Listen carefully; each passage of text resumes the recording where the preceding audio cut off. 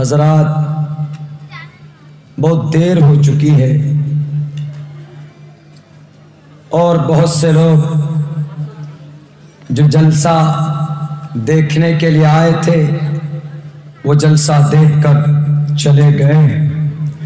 اب جو مجمع یہاں پر بیٹھا ہے وہ جلسہ سننے کے لیے بھی ہے اور اس پر عمل کرنے کی نیت سے یہاں پر سب لوگ بیٹھے ہیں۔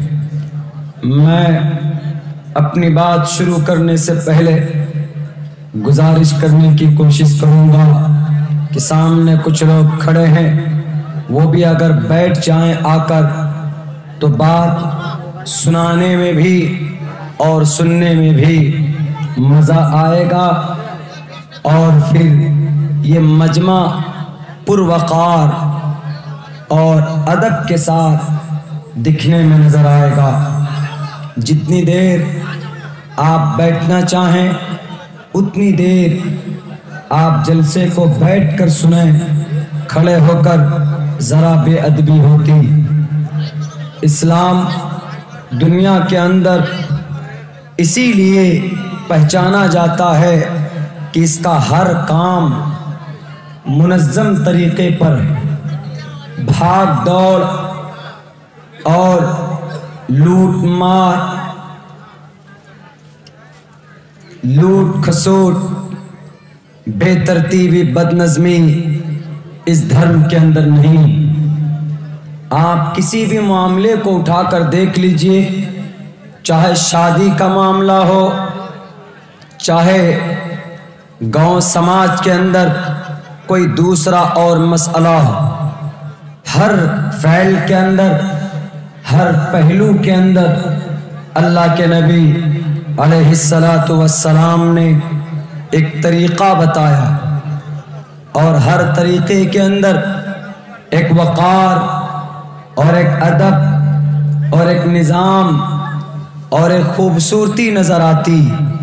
اسی لیے صحابہ کرام جب بھی کسی دینی مجلس میں بیٹھتے تھے اس انداز میں بیٹھتے تھے کہ اگر ان کے اوپر کوئی چادر پھیلا دی جائے تو اس چادر کے اندر اونچ نیچ جھول نہیں رہتا تھا، یعنی ایسے مل کر بیٹھتے تھے قرآن کی بات سننے کے لیے، اللہ کے نبی کے حدیث سماعت فرمانے کے لیے، ادب کے ساتھ وضو بنا کر پاک اور پوتر ہو کر بیٹھ کر اللہ کے رسول محمد رسول اللہ صلی اللہ علیہ وسلم کی بات کو غور سے سنتے تھے۔ انہوں نے عمل کر کے بتایا،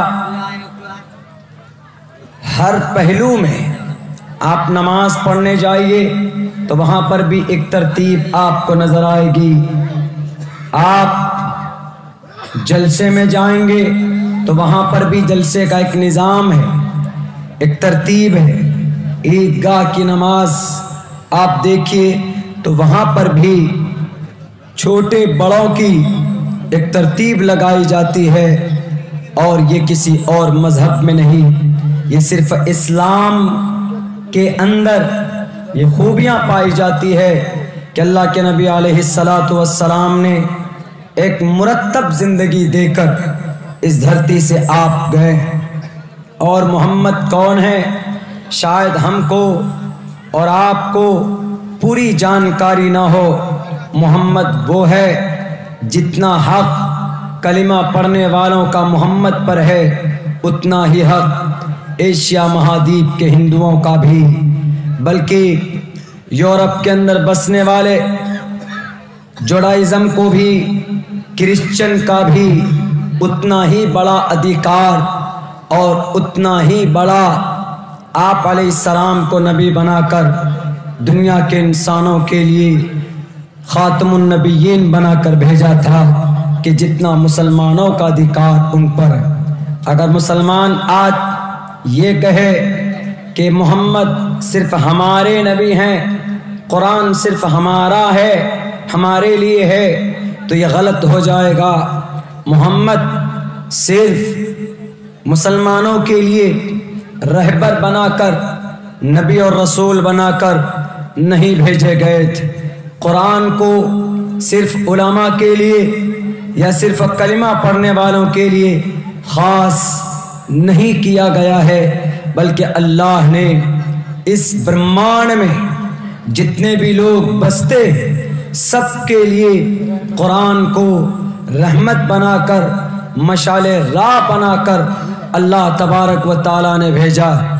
اگر کوئی یہ کہتا ہے، اگر کوئی دشمنان اسلام میں سے سر اٹھا کر کہتا ہے ارے یہ قرآن، اگر کوئی یہ کہتا ہے کہ یہ مسلمانوں کا نبی، یہ مسلمانوں کا قرآن، تو اس کی جہالت ہے، ان کا گوار پن ہے جو وہ یہ کہہ رہا ہے۔ ورنہ آپ قرآن کو اٹھا کر دیکھیے، قرآن نے صاف لفظوں میں کہہ دیا شہر رمضان الذی انزل فیہ القرآن ھدی للناس، یہ قرآن ہدایت ہے عبداللہ سالم کے لیے بھی، یہ قرآن ہدایت ہے گنیش جی کے لیے بھی، یہ قرآن ہدایت ہے جوزف کے لیے بھی، کرسچن کے لیے بھی، یہ قرآن ہدایت ہے گوتم بدھ سدھارتھ کے لیے بھی، یہ قرآن ہدایت ہے عبد الرحیم کے لیے بھی، یہ قرآن ہدایت ہے مہاویر جین سوامی کے لیے بھی، یہ قرآن ہدایت ہے کسی مسلم لیڈر کے لیے، تو یہ قرآن ہدایت ہے آج کے دور کے لال کرشن اڈوانی کے لیے بھی، یہ قرآن پیغام ہے پرمین توگڑیا کے لیے بھی، یہ قرآن ہدایت ہے موہن بھاگوت کے لیے بھی، اور یہ قرآن پیغام ہے ڈاکٹر سبمت پاترا کے لیے بھی، اور یہ قرآن ہدایت ہے موجودہ وقت کے پی ایم کے لیے بھی اور ڈونلڈ ٹرمپ کے لیے بھی۔ یہ قرآن تمام انسانوں کے لیے ہدایت اور مشعل راہ اپنے اندر امن اور شانتی کے پیغام کو لے کر کے آیا۔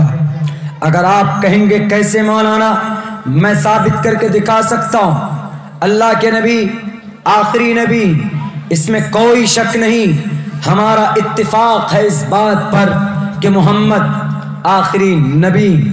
آپ 22ویں پارے کو اٹھا کر دیکھیے، دوسرے صفحے کے اندر اللہ تبارک و تعالیٰ فرماتا ہے ما کان محمد ابا احد من رجالکم ولکن رسول اللہ وخاتم النبیین۔ اے دنیا کے لوگوں، محمد اللہ کے رسول ہیں، لیکن اس کے ساتھ ساتھ میں آخری نبی بھی۔ اگر ہندو بھائیوں سے پوچھئے کہ تمہارا انتم مہرشی کہاں، ہم خاتم النبیین بولتے ہیں، وہ لوگ انتم مہرشی بولتے ہیں، وہ لوگ انتم اوتار بولتے ہیں۔ ہم لوگ جیسے نبی کو، محمد کو آخری گرو اور نبی مانتے ہیں، کانسیپٹ رکھتے ہیں، اعتقاد اور وشواس رکھتے ہیں، ہندو دھرم کے اندر بھی آخری نبی کا ذکر ہے، انتم اوتار کا اپدیش موجود۔ ہمارا قرآن نے کہا ما کان محمد ابا احد من رجالکم ولکن رسول اللہ وخاتم النبیین، کہ محمد سلسلہ نبوت کو ختم کرنے والے، وہ کسی ایک لڑکے کا باپ نہیں ہے، وہ کسی آدمی کا باپ نہیں، بلکہ نبی ہیں، وہ بھی آخری نبی، 1,24,000 انبیاء کرام میں سے سلسلہ نبوت کو بند کرنے والے محمد الرسول اللہ۔ ہندو بھائیوں کے گرنتھوں کو اٹھاؤ گے، اگر کوئی کہتا ہے کہ محمد آخری نبی ہیں مسلمانوں کے لیے، تو ان کو آپ سنسکرت زبان کے اندر ویدوں کو اٹھا کر دکھا سکتے ہیں کہ ہمارے محمد آخری نبی ہیں، لیکن یہی محمد تمہارے بھی انتم اوتار ہیں۔ اگر تمہیں وشواس نہیں ہوتا ہے تو اٹھاؤ، یہ یجروید کے اندر کہا گیا یگم پرچھام یوم ستدتوتو نبوستی کوریتم پورویم گتم کستد بھارتی۔ اس دھرتی کے اندر آخری بھکتی کا طریقہ بتانے والا، یگم یگ کرنے والا، پرچھام یوم ستدتوتو نبوستی کوریتم پورویم گتم کستد بھارتی، دنیا کے انسانوں کو مارگ درشن